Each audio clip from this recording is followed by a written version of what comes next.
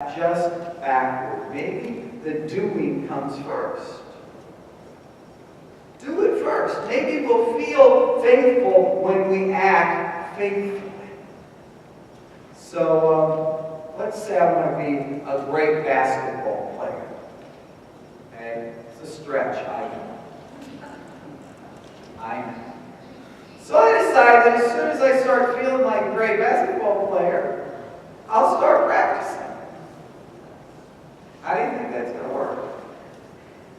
Probably not very well, right? Probably not going to work very well. On the other hand, the more I practice doing the things that great basketball players do, like running and passing and shooting and guarding and maybe, in my case, growing a few inches, the more likely it is that I'm going to turn into something near to a great basketball player.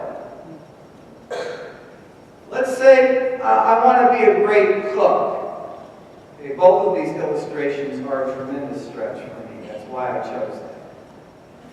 So I sit around and I think some great thoughts about becoming a great cook. I'm just sure that if I sit long enough and I think enough about all these great thoughts about becoming a great cook, I'm going to start feeling like a great cook. And when I start feeling like a great cook, I'm going to get up and I'm going to start cooking. How do you think that's going to work? Probably not very well. Now, on the other hand, if I go and I get my hands on some good cookbooks and I get in the kitchen, I go to the store maybe on the way and buy some ingredients, and I get back to the kitchen, I pull some things down out of the cupboards and I open the refrigerator and pull some stuff out of there, and I start doing something. I start cooking, even if it's awful the first time. The more I do that, and the more I do that, and the more I do that, the better chance I stand of becoming something near to a great cook. You know? And the sooner I start doing the things that Christians do, the sooner I'm likely to start feeling like a Christian. It's not always easy, I know it's not. Waiting on God, waiting on Jesus, can be hard and frustrating and discouraging work. It's a lot harder than 15 minutes before a wedding, where you're waiting to see the bridal party enter, or the hour or so waiting for the food and the festivities at the reception. It's harder than that sometimes. But the day will come when we have to draw on the oil we have, whatever that oil is. And it won't come from sitting idle, waiting for a spiritual urge or twitch. It'll come from taking the risk of believing God to light our lamps again and again and again, no matter how dark the darkness seems. And the reward will be this. We don't say it this way very often, but the reward will be that we see the bridegroom. Just like we expected, just like we anticipated.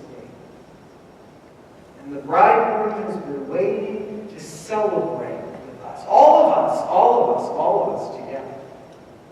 Waiting for us to celebrate, which is all that Jesus ever really seems to have wanted to do in the first place. In this world and in the world to come. We stand and join hands, get connected with your friends, or the people next to you aren't your friends, make friends, work with them.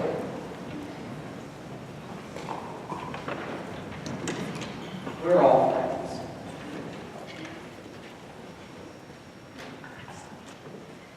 I invite us to hear these words from the letter to the Romans.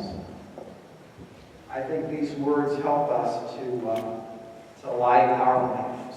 This is what it says. Let love be genuine. Hate what is evil. Hold fast to what is good. Love one another with brotherly and sisterly affection.